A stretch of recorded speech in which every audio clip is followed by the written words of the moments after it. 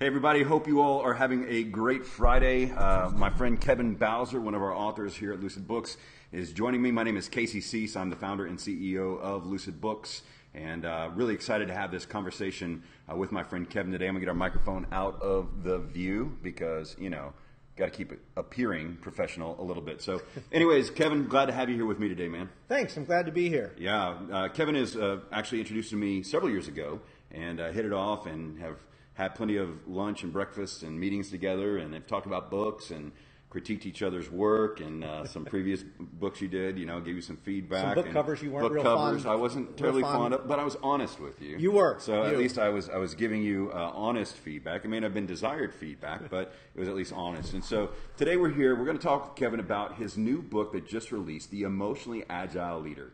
And so I'll give you more information where you can find that later, Amazon, Barnes & Noble. There's a website, stuff like that. But Kevin has been a business leader, a leader in nonprofits for quite some time, and is really going to be encouraging to us today as we talk about all things emotionally agile in leadership. So Kevin, why don't you just introduce yourself a little bit to us? Okay, so my name is Kevin Bowser, and I've spent the last, 35, 36, 37 years in business, various roles from owning my own business as a professional speaker and trainer to going corporate and ultimately moving down to the Houston area about 20 years ago.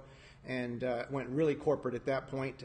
Went to work for a very, very large oil and gas company here in town, and I've just had a lot of different roles and opportunities over my lifetime, from as you said, in the small and the nonprofit world to really traveling the world, doing work for some pretty big corporations.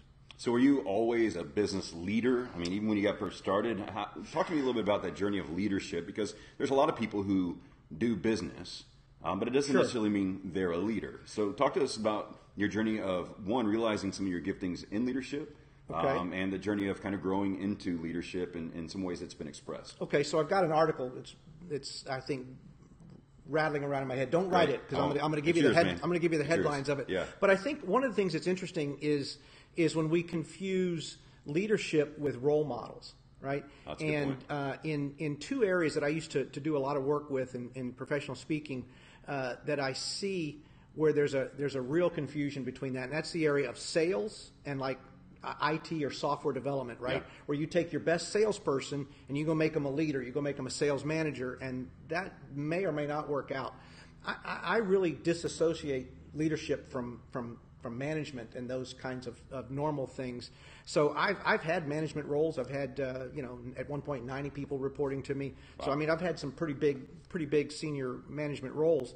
But I find the most joy in the small one-on-one leadership aspects of it. I consider myself more of a coach, more of a mentor than a manager. And over my lifetime, the thing that's brought me the most joy has been those times when I've had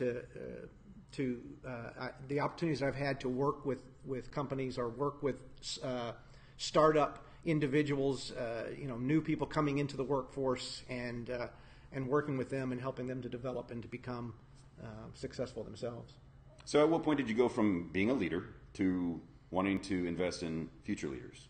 Because leadership oftentimes, right, replicates itself. If it's a good leader, healthy leadership, sure, it's replicating itself. So what was that journey like? Well, it was a journey of self-reflection. I had a very unique opportunity many years ago. I was 22 years old, and I was elected to my first nonprofit board. Okay. And I really didn't know anything. I'll be honest with you. I didn't know a lot. And I happened to be on this board with some older individuals who did know a lot. Some of them were business leaders. Some of them were just business people. And I had a couple of them sit beside me in some of those early meetings, and they impressed upon me the importance of learning and listening before I spoke. And I guess what I've done is I've taken that example that was lived out for me and said, okay, how can I help younger individuals, emerging leaders as we call them, how can I help them develop the same way that someone developed me? Yeah. One of the ones that's most key is a guy, I had just an old beater car. Well, actually, it was a brand new car, but it was a lemon, and I wasn't smart enough to realize that. And the car had severe difficulties. It had, in the 3 years I owned it, I think I had 5 sets of brakes put on that car. Wow. And the guy that mentored me was a man who owned a Firestone store. And while he was working on my car, he was also working on me. Yeah, absolutely. And that's what I want to be able to do for folks going forward. So of the 20 plus years of leadership you've had, how many of those years would you say have been proactively focusing on equipping other leaders? Probably since the late or mid to late 90s, when I really began to take it seriously. And maybe that's about the time that I kind of crossed over from young age to middle age and started getting older, and I kind of realized that I had a responsibility to do what was done for me. So it's probably been in the less than 20 years probably that I've really taken it seriously. And I think a lot of that has to come over time, right? Yeah, absolutely. You can't jump in day one and be a mentor of other leaders. Well, some of us think that we might be able to, but it usually doesn't work out very well. Maybe the really good ones can. No, for the mentors or the mentees, for sure. So as we said earlier, Kevin is the author of the newly released The Emotionally Agile Leader. He is a business leader, he's a coach, he's a consultant, he's a speaker. So why this book and why now? This book came out of some work that I was doing with another kind of leadership guy. We were looking at how do we take some basic concepts that Daniel Goleman in Emotional Intelligence, or Bradbury and Greaves in Emotional Intelligence 2.0, some of the things that they were doing, and we said at that point a couple of years ago, no one was really speaking to the leadership implications of that. Right. So that emotional intelligence really impacted my coaching and my consulting, and then with my passion for leadership, it just was a natural.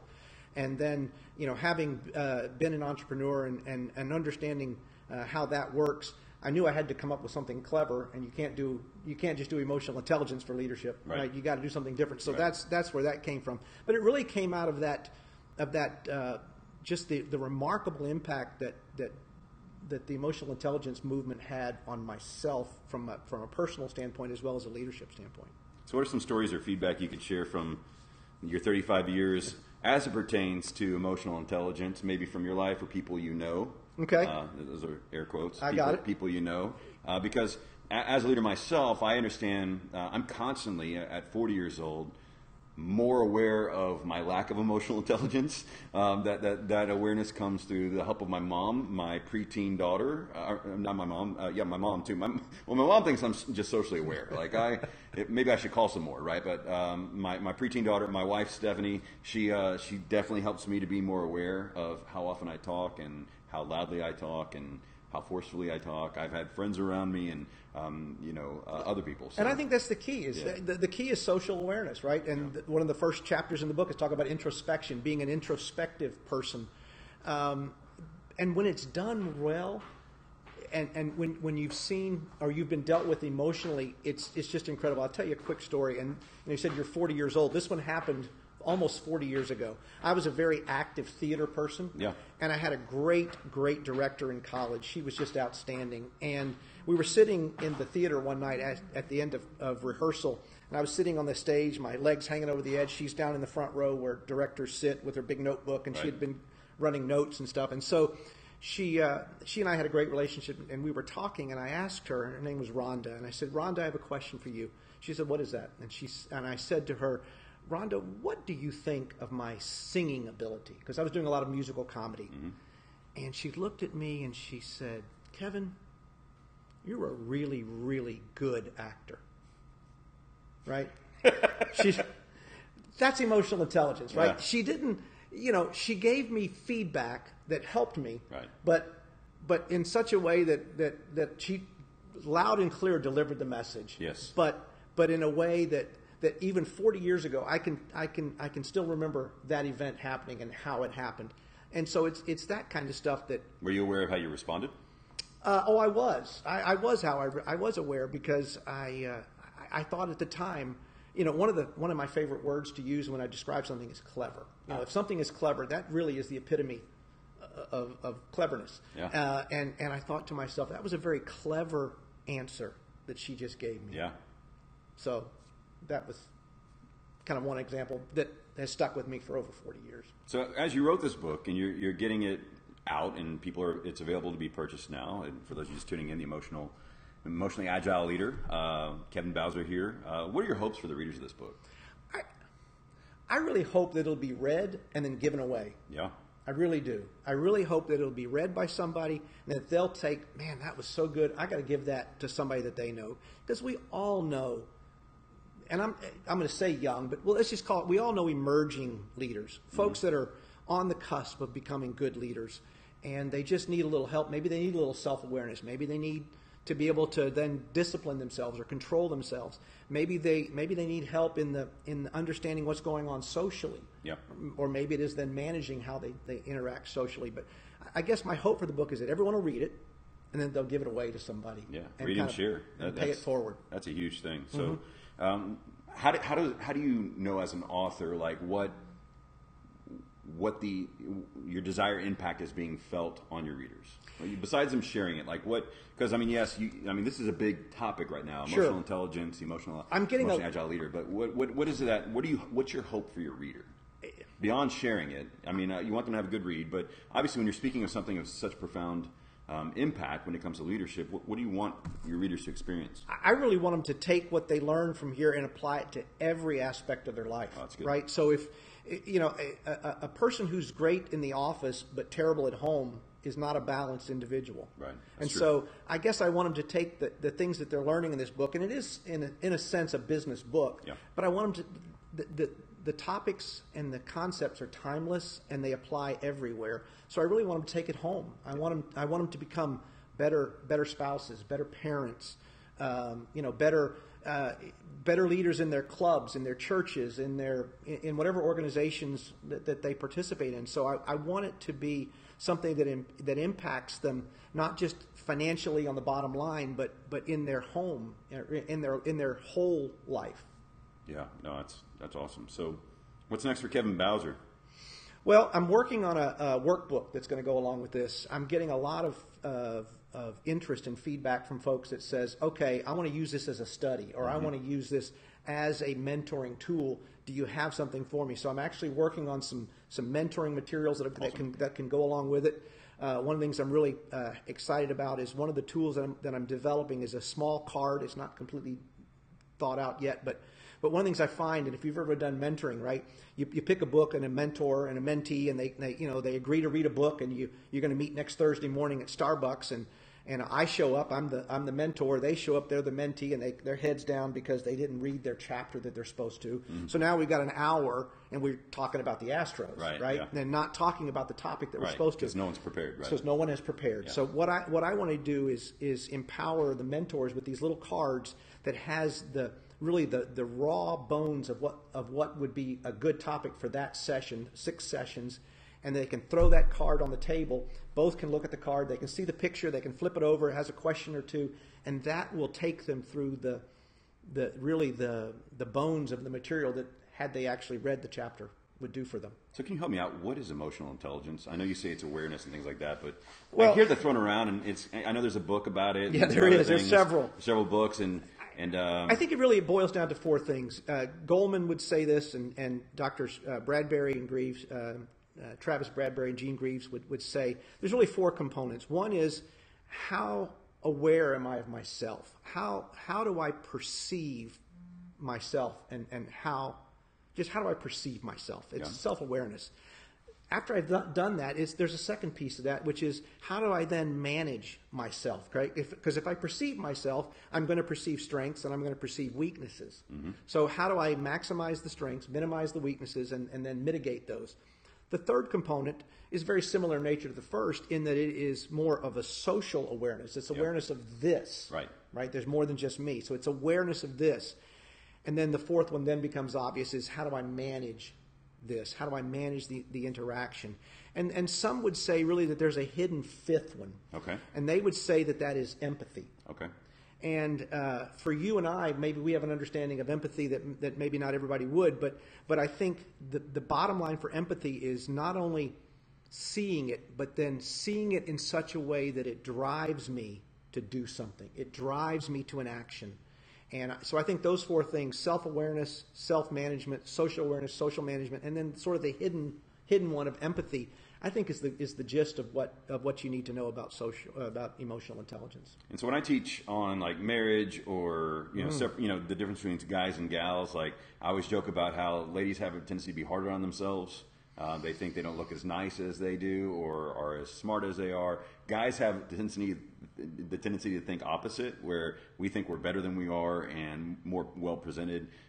So what advice do you give to people as they're trying to grow, not only in their leadership in business, but in leadership in general? Are there some healthy feedback loops or ways that people can grow using other people? When I do coaching on this, one of the things I insist on is I insist on them. I'm now going to insist they buy my book, but yes. Up to this point, I've insisted that they buy Emotional Intelligence 2.0. And one of the things about that book is that it gives you two chances to get an assessment, one at the very beginning and then one after you've kind of gone through the material. And assessments are good, but it's a self-assessment. One of the things I do in my coaching and in my consulting is that I do a second assessment, which is a 360 assessment, where I get them to talk to their peers and people that they report up to, or people that maybe report to them, friends, family, loved ones. And I bring that together, and it's for the very reason that you just mentioned. And I think it does sometimes break down along male and female lines, but I think it also breaks down just on emotional lines. One of the things that I don't like about self-assessments is that depending on how your personality is, you'll take a self-assessment and you'll say, and you'll assess yourself as the worst person of all time, right? So it's terrible. Or you're the other person that says, I'm the greatest of all time, and they assess themselves that way. I'm not interested in that one assessment. The thing I like about emotional intelligence and Talent Smart is that you get that second assessment, and that really tells you what you need to know. Are they moving, right? Because we are never as terrible as we think we are. We're obviously never as good as we think we are either. So those kinds of tools and those kinds of assessments are critical. Plus, you need people that can really speak truth into your life, right? Yeah, absolutely. And that can tell you, I watched you in that meeting, and did you realize this is what you said, or this is how it came across? And you say, well, no, I didn't. And you can start seeing some of those things. I talk in here about triggers. I talk in here about the signs. One of the things from my professional life in strategic procurement is that everybody has signs. Everybody has a tell. And when you're dealing with salespeople, if you're on the procurement side, you really need to know that tell pretty quickly. You need to know that sign. And I had a guy that was the most obvious tell of all. Whenever he would lie, he would grab his eyebrow and he would kind of twist his eyebrow. Why? What's that about? I don't know, but I started to ask him questions that I already knew the answers to, and just to see what he would do. And so I think self-awareness and having some individuals in your life that can speak truth to you on a regular basis and that see you in multiple settings is critical. No, I think that's important. I know for myself, with the church leaders I work with, myself in my own growth as a leader, and business leaders I've worked with, self-awareness and the capacity to emotionally process, respond, and engage in an increasingly aware manner is one of the top keys I've seen to a person's growth capability and the growth of their organization. And that's really the key of the Agile part, right? It's one thing to be able to take that information and process it, but if I'm in a chaotic situation, I may not have time to sit there and contemplate and process that. I've got to be agile. I've got to be quick to make those decisions and respond emotionally. And so I think that's one of the keys of the book. So is there a part of your book, The Emotionally Agile Leader, where someone who may not be very quick on making decisions, do you talk much about that in this round?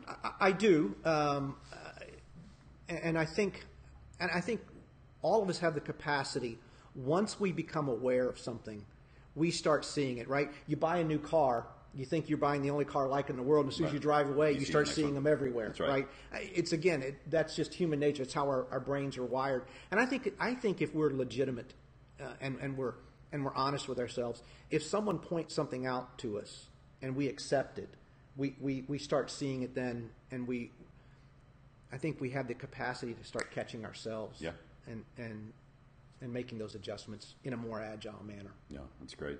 Any last words you'd have to say for those who are viewing this video? Well, we all know someone that is on a leadership journey, and I think we all know someone that may be struggling. And so if you consider yourself to be a great leader, you're a great candidate to pick this book up and read it and pass it on quickly, and then be that individual that really makes a difference in that other leader's life and helps to bring them along. I think that would be my message to the folks that would be considering the book. So where do people go to find the book? Don't you have a website for the book? I do. EmotionallyAgileLeader.com. It's available on Amazon. It's available on Barnes & Noble. And it's available from Lucid Books. Yes. And we also have bulk discounts as well. If you want to purchase it for your organization, I was speaking with several individuals the other day at your book launch party, and there's going to be a lot of large organizations that are going to be purchasing it in bulk to carry their team through. So it's a great resource. This is Kevin Bowser. Kevin, how can people connect with you online beyond the emotionally Sure. agile leader? I'm very present and active on LinkedIn, and I have a page set up for the book on Facebook. I'm pretty open about that and willing to connect in any way. Through those, you can then find me by email. It's Kevin@leadershipvoices.com is my writings on other matters of leadership. But social media, probably LinkedIn would probably be one of the finest. And I post articles on LinkedIn that are topical, and that would give you an opportunity for us to connect. And if someone's looking for a speaker, what type of organizations do you speak for, coach, consult? Because I know you do coaching, consulting, and speaking. So I'm primarily focused right now on the nonprofit world, just because of the nature of the job that I have on the day job, and I'm primarily focused on that. I have done some commercial work, but it's in limited scope. If you've got a question, just reach out to me. There's not a group that I won't speak to. For the most part, I spoke recently in San Diego at a marketing conference on the idea of servant leadership and how servant leadership is being employed in the marketplace today. So, just if you have a question, just reach me. I'll be glad to tell you if I can, and if I can't, I have a group of folks that I think I could probably pass you off to that could come and fulfill that for you. I know you're in the process of ginning up an entire speakers bureau around that. Yeah, we are. So I think if I can't do it because it's a commercial venture that's too close to what I do from a secular employment, I can help you find and network with folks that can. Awesome. Well, Kevin Bowser, Bowser, the author of The Emotionally Agile Leader, just released. You can find it on Amazon.com, Barnes & Noble. You can go to the emotionallyagileleader.com, connect with him there. Kevin Bowser can be found also on LinkedIn. And so please feel free to check out Kevin's work and reach out to him if he can help along the way. This is actually my personal copy of the book that I'm going to be reading as a leader and growing in awareness that I need to grow as an emotionally agile leader as well. And so anyways, friends, thanks for watching this video, taking this time to connect with us, and we look forward to bringing more from Lucid Books to you soon. Thanks so much, and have a great day.